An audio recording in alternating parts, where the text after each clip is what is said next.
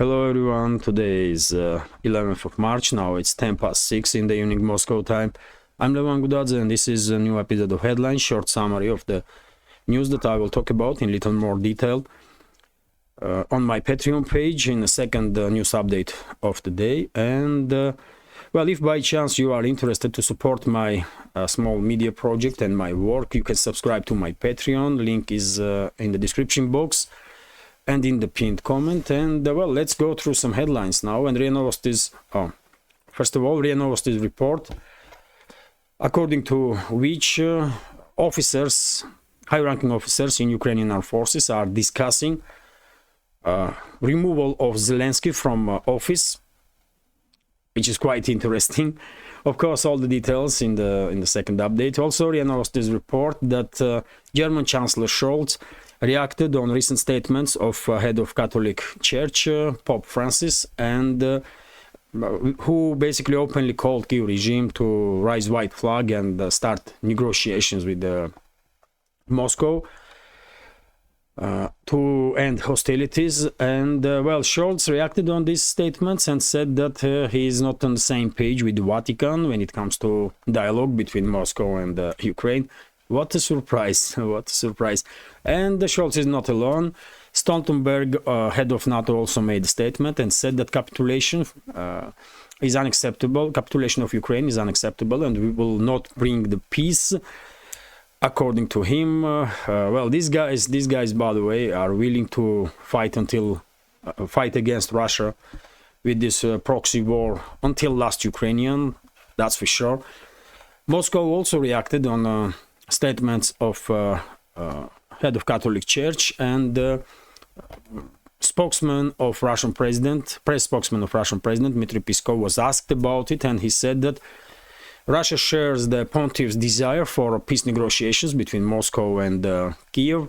Quite understandable statement, because Putin himself several times stated openly that Moscow is all for negotiations and the peace talks on but serious peace talks that will be oriented on solutions. Anyway, let's continue. TASS news agencies report that Ukraine's military intelligence and head of Ukraine's military intelligence, Kirill Budanov, is threatening Russia with some serious operations in Crimea. This might be just a media campaign. Maybe Kyiv regime is trying to divert attention of Russia from some other sectors on the line of contact by talking about Crimea. But in any case, of course, Russian security services will do whatever it takes to make sure that Russian citizens in every region of Russia, including Crimea, are safe and secure. TASS news agency's news with the headline that Peskov, press spokesman of Russian president, stated that there was no open decree of Russian president about changes in the leadership of Russian Navy, and he commented on the question about information that is circulating on internet since the yesterday evening about changes in the leadership of Russian Navy. I also saw this information on many big channels on Telegram, and I share information also on my Telegram channel that according to which commander of Northern Fleet is now in charge of entire Russian Navy, and former head of Navy was replaced. But yet again, Peskov said that there was no open decrees of Russian president about changes in the leadership of Navy, and he also said that if there was a classified decree, then he has no right to comment on it. So, at least for now, this information that is circulating on internet about changes in the Russian Navy is just rumors without official confirmation. We cannot know for sure. RIA Novosti's report that, well, United Kingdom's Royal Navy made a statement that another commercial ship came under attack not far away from one of the Yemeni ports. Also, no surprises here. RIA Novosti's information with the headline that Russian Foreign Ministry reacted on a recent statement of Defense Ministry of United Kingdom in regards to Armenia. And dear friends, this is quite interesting stuff. I will share with you some additional information. Yesterday or day before, Armenia's defense ministry, not Armenia, but United Kingdom's defense ministry, come up with a statement in which they said that United Kingdom will support Armenia, including to defend itself against Russian aggression. That was quite a strange statement, isn't it? What Russian aggression against Armenia? What they are talking about? And of course, Russian Foreign Ministry reacted on it, and I will share this reaction on my second update today. But for Armenian society, this statement of British Defense Ministry definitely has to be red flag, and people have they have to start thinking about what plans Western ruling class really have for Armenia, and how they are planning to use Armenia, against whom. This is a big issue, and until it's not too late or not too extremely late, Armenian society should start taking some steps to make sure that Armenia is not used as a pawn in geopolitical confrontation that we are seeing now between Moscow and Western capitals. Anyway, let's continue RIA Novosti's report with the headline that Russian Foreign Ministry answered the recent initiative of China not to use about agreement by all nuclear powers in this world, not to use nuclear weapons first. And if you remember, when this information came out from China, I said in very same day that probably this initiative of China, Beijing, would not go down well with Moscow, especially now when Western ruling class is waging war against Russia, waging proxy war against Russia. And Russian Foreign Ministry reacted, especially because at some point, by the way, because of this constant escalation by Western ruling elites against Russia, Moscow or Russian leadership may find itself at some point in a situation when they will see no any other options but to use some extreme force, which includes nuclear force also. And Russian Foreign Ministry reacted on this initiative of Beijing, and quite diplomatically, with all respect. But in my interpretation, they say, you know what, let's think about it. They did not say no, but they say, let's think about it.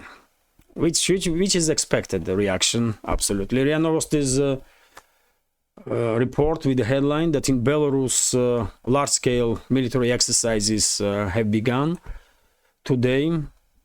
Interesting news, especially if you take into account situation in and around Ukraine. TASS news agency's report that first time since the diplomatic relationships between Russia and South Korea,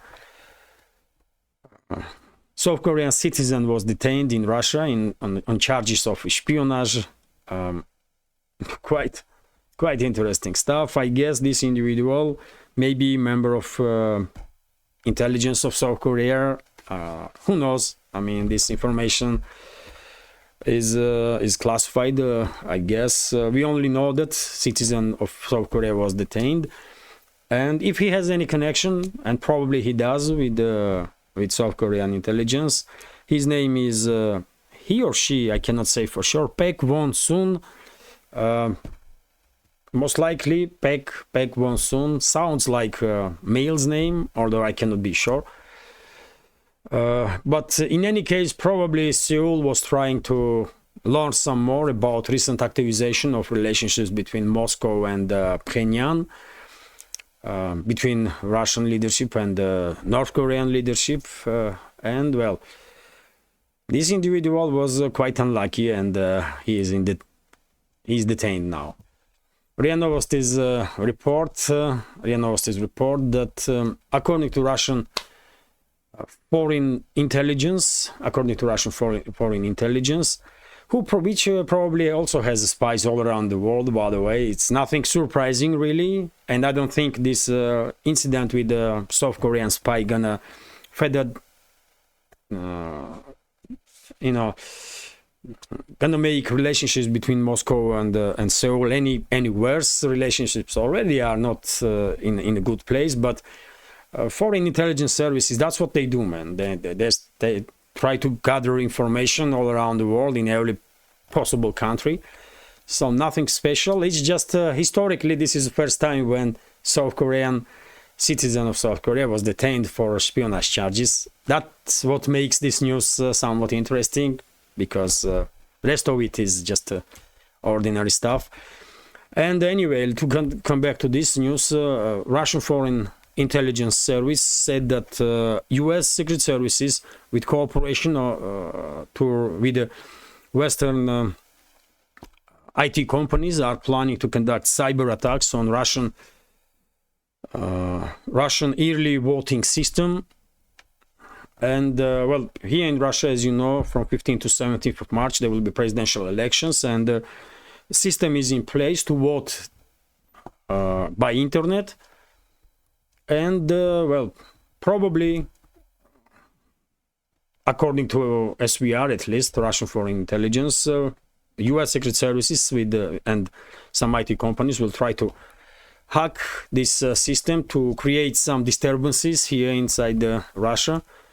But well, because Russian side is informed about it, probably some steps will be taken to make sure that that system is operating smoothly. TASS news agencies report that according to Xiom, this is a company that does social studies in Russia on a regular basis. According to latest information, latest studies from Xiom, some 70%, 71% of Russian voters are planning to participate in presidential elections, and Putin, current president of Russian Federation, may receive up to 82% of votes, which is huge, by the way, of course, which is huge. I'm gonna say I didn't expect this big number, 82%. I was predicting around 65-70% maybe, which is also huge, undoubtedly. But because there is, Western ruling elites are waging war against Russia, proxy war or undeclared war, because times are very difficult. Of course, society is more united, and quite understandable that vast majority of voters will vote for current leader of Russian Federation. So it is what it is, man. I was always saying that there is no real competition, by the way. Putin is extremely popular, not just in Russia, but worldwide. And if there was a presidential election on the scale of the world, probably Putin will he will win anyway. I don't know what numbers he will receive, but probably majority of votes. That's how popular he is, like it or not, in this world. But well, anyway, let's continue with some additional news. TASS news agency is reporting that Putin, president of Russian Federation, signed denunciation of agreement between Russia and the United Kingdom about fishing in the Russian waters of the Barents Sea. And well, this information means that prices for fish and chip in United Kingdom probably will increase significantly, because this area of Barents Sea was one of the major areas where UK's fishermen were fishing for the cod and some other fishes that are used in this traditional British dish, fish and chips. So yes, it is what it is. London imposed so many sanctions on Russia that, of course, Moscow has to react one way or another, and this is one of their ways. RIA Novosti's report that almost all Finnish ports stopped transporting goods because of the huge strikes that are taking place in Finland. Interesting. Also, RT's report that India signed 100 billion trade deal with European bloc. Well, congratulations to New Delhi. This is a success, undoubtedly, for India's economy. And finally, by the way, RT is reporting that Bitcoin hits a new all-time high.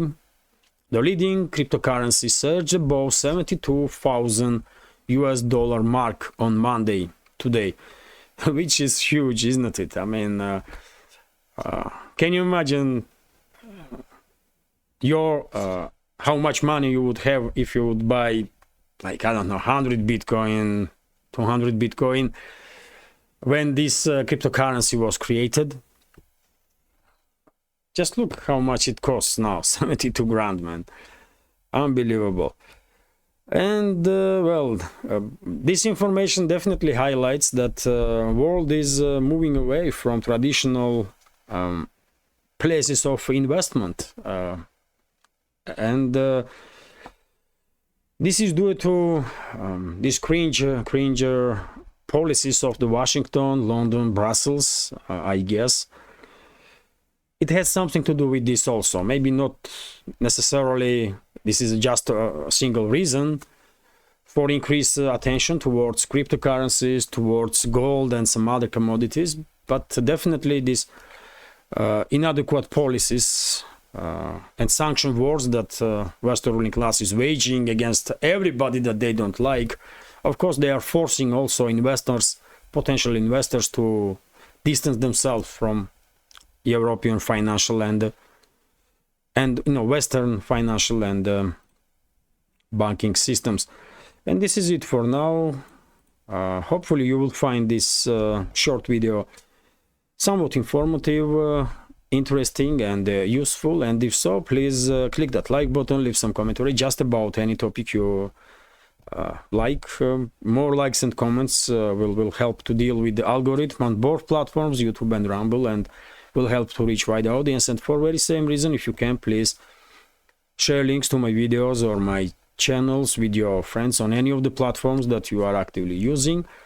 And finally, if you think this channel is interesting, useful, informative and deserves to exist, please consider to support my work by subscribing to my Patreon page or with small donations through PayPal or Buy Me a Coffee. All the links are in the description box under this video and in the pinned comment.